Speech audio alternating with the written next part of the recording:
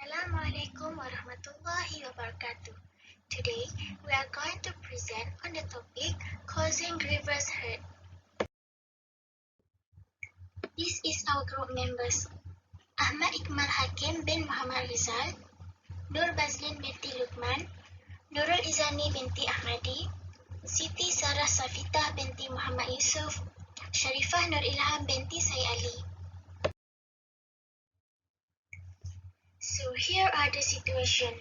Joseph, his wife Lawa, their 13 years old son Boris, and a friend Karlov were lost in the desert. On the third day, they were weak from thirst and hunger. Joseph, Lawa, and Karlov had a discussion at which they agreed that Karlov would slice pieces of flesh from Boris' pig to enable them to survive. On reaching the agreement, Karlov took a knife and approached Boris to do so. But on seeing Boris' condition, he changed his mind and refused to cut Boris' stick. On the seventh day, Boris was very weak and told Lawa to slice flesh from his stick and feed them to him so that he would not die. Lawa did so and fed the flesh to Boris. On the ninth day, Boris was in a coma. Thinking Boris was about to die, Karlov approached Boris and cut his artery, intending to drain Boris' blood. However, he was seen by Joseph. Joseph broke Karlov's rib when stopping Karlov from drinking Boris' blood. On the 11th day, all of them were rescued. The first question is, can Joseph, Lawa, and Karlov be liable for the first attempt on the third day to slice Boris' flesh? Discuss. The issue that needs to be decided in the present case is whether Joseph, Lawa, and Karlov will be liable for offense of voluntarily causing grievous hurt under Section 320 of Penal Code to slice Boris' flesh on the first attempt. The law provided in the present case is Section 320 of Penal Code. Section 320 define hurt categorized as grievous. Those are as stated below.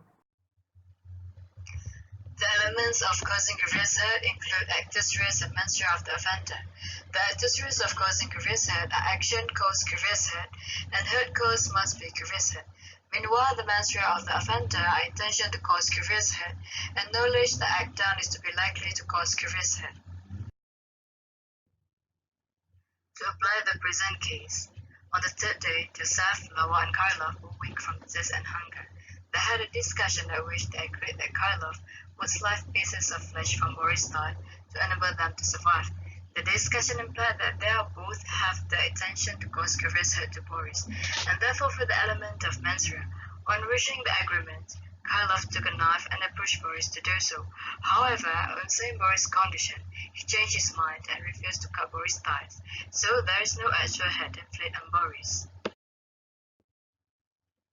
In conclusion to this, Joseph, Lawa, and Karlov is not liable for the offense of causing grievous hurt under Section 320 of Penal Code because there are elements of actus reus missing there. Question B. If Lawa was charged for causing grievous hurt to Boris for slicing his flesh to feed Boris on the seventh day, is any defense available to her? The issue in this case is whether Lawa can raise defense of consent under Section 88 of Penal Code for the offense of causing grievous hurt under Section 320 of Penal Code. The law in this case is Penal Code does not define the word consent. Nevertheless, Section 90 clearly lists out what does not amount to consent. This section laid down general principle of consent. A consent is not valid if it is given, such as below. Based on Ratanlal and Dirajal, consent is an act of reason accompanied with deliberation, the mind weighing as in a balance the good and evil on each side. Smith J. in case of Abdul Hamid versus Public Prosecutor state, it is an act of reason accompanied with deliberation of mind weighing in balance between good and evil. According to Stephen, a consent freely given by a rational and sober person so situated as to be able to form a rational opinion upon the matter to which he consents.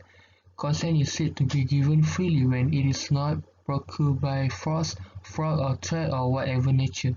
Every consent must have submission, but not all submission must have consent. Based on Section 87 of Penal Code, act not intended and not known to be likely to cause death or grievous hurt done by consent. Nothing which is not intended to cause death or grievous hurt and which is not known by the doer to be likely to cause death or grievous hurt is an offense by reason of any harm which it may cause or be intended by the doer to cause to any person above 18 years of age who has given consent, whether expressed or implied, to suffer that harm, or by reason of any harm which it may be known by the doer to be likely to cause to any such person who has consent to take the risk of that harm. This section is said to be based upon the maxim that he who consents suffer no injury. Scope of Section 87 is as follows. If the doer intends or knows that death or grievous hurt will be caused, consent is not a defense. But if the doer intends or knows that the act from its nature will cause harm less than grievous hurt, consent is a defense. It is important that the act is not from its nature one that would cause death or grievous hurt. Lastly, it should be noted that under this section, a person capable of giving consent must be above 18 years of age. There are several elements to be fulfilled for the accused to apply defense of consent. The first one is the accused must not intend to cause death or grievous hurt. If the doer intends or knows that grievous hurt or death would be the result, consent is not a defense. Secondly, the offender not intended to cause death, the doer not known it is likely to cause death or grievous hurt, or not known by the doer it is likely to cause death or grievous hurt.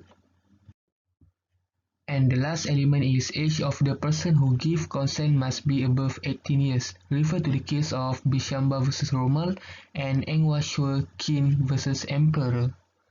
Section 88 explains act not intended to cause death done by consent in good faith for the benefit of a person. It states nothing which is not intended to cause death is an offense by reason of any harm which it may cause or be intended by the doer to cause or be known by the doer to be likely to cause to any person for whose benefit it is done in good faith and who has given a consent, whether expressed or implied, to suffer that harm or to take the risk of that harm. Refer to the illusion of the same section. This section provides for the situation where the doer does not intend to cause the death of the person through he knows he is likely to cause death.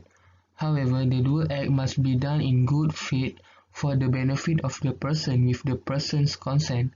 The word benefit does not include financial benefit. For example, with person who is acting for the benefit of another, like doctor. Unlike Section 87, no age limit expressly provided under Section 88. The elements for this section are the doer must not intended to cause death by reason of which harm done in good faith for the benefit of the person who suffered that harm. The application in this case is the element of Section 87 Lawa not intended to cause death or grievous hurt because she carried out to slice flesh from Boris' thigh and feed them to him after Boris told Lawa to do so that he would not die. Applying case Engwashua Kin vs. Emperor, Lawa had no intention to cause death or grievous hurt, and that she might not even know that the act was likely to cause any such result. Lawa just do the act because Boris was very weak. Apply the case of Bishamba vs. Romal, Lawa cannot be liable as she has obtained consent from the victim. However, Boris who given consent to Lawa is only 13 years old child. The element is not fulfilled because he is under 18 years old. Even so, Section 88 provides nothing which is not intended to cause death is an offense by reason of any harm which it may cause or be intended by the doer to cause or be known by the doer to be likely to cause to any person for whose benefit it is done in good faith and who has given a consent, whether expressed or implied, to suffer that harm or to take the risk of that harm. Apply the elements of this section, Lawa slice Boris' flesh so that Boris will not suffer greater harm and the act done in good faith. In conclusion, Lawa can apply the defense of consent under Section 88 of Penal Code. Question C. Would your answer equation B above be any different if Boris was not 30 years old but only 9 years old at the time of the incident? If so, what will be your answer? The issue for the question C is whether the answer equation B will be different if Boris is 9 years old. According to Section 90 of Penal Code, a consent is vitiated if it is given under fear of injury or misconception of facts, or the giver knows or has reason to believe that the consent was given as a consequence of such fear or misconception of fact. If consent given by a person of unsoundness of mind or intoxication and does not know the nature or consequences of consent given, or if consent given by a person under 12 years of age. Section 89 explains an act done in good faith for the benefit of a child or person of unsound mind, by or by consent of guardian, is stated, nothing which is done in good faith for the benefit of a person under 12 years of age or of unsound mind, by or by consent, either express or implied, of the guardian or other person having lawful charge of that person, is an offence by reason of any harm which it may cause, or be intended by the doer to cause, or be known by the doer to be likely to cause to that person. Provided that this exception shall not extend to the section as listed below. Lawa in this case sliced Boris' flesh to feed him in order to prevent him from death of hunger. Lawa did so with Boris' consent who ordered her. Boris in this case is only 9 years old. As provided in Section 90, the consent given is not valid since he is under 12 years old, so he didn't pass the age requirement. However, according to Section 89, nothing which is done in good faith for the benefit of a person under 12 years of age or of unsound mind, by or by consent, either express or implied, of the guardian or other person having lawful charge of that person, is an offence by reason of any harm which it may cause, or be intended by the doer to cause, or be known by the doer to be likely to cause to that person. Lawa, as a mother to Boris, can consent to any reasonable act which is done in good faith for the benefit of her son. Lawa believed in good faith that the act of slicing Boris' flesh and feed it to him can save his life since he is very weak. Her commission to the act did imply her consent. My answer in B will not be changed because Lawa is guardian to Boris and she believed in good faith that the act can save his life. The last question is, advise Joseph of his liability for causing injuries to Karlov on the 9th day. Issue: whether Joseph can be liable for voluntarily causing grievous hurt under Section 322 of Penal Code Act 574. Law: the following kinds of hurt only are designated as grievous stated under Section 322 of Penal Code Act. They are 8 limbs. Based on Section 322 of Penal Code Act, voluntarily causing grievous hurt be defined as whoever voluntarily causes hurt if the hurt which he intends to cause or knows himself to be likely to cause is grievous hurt, and if the hurt which he causes is grievous hurt is said voluntarily to cause grievous hurt. The explanation is a person is not said voluntarily to cause grievous hurt except when he both causes grievous hurt and intends or knows himself to be likely to cause grievous hurt.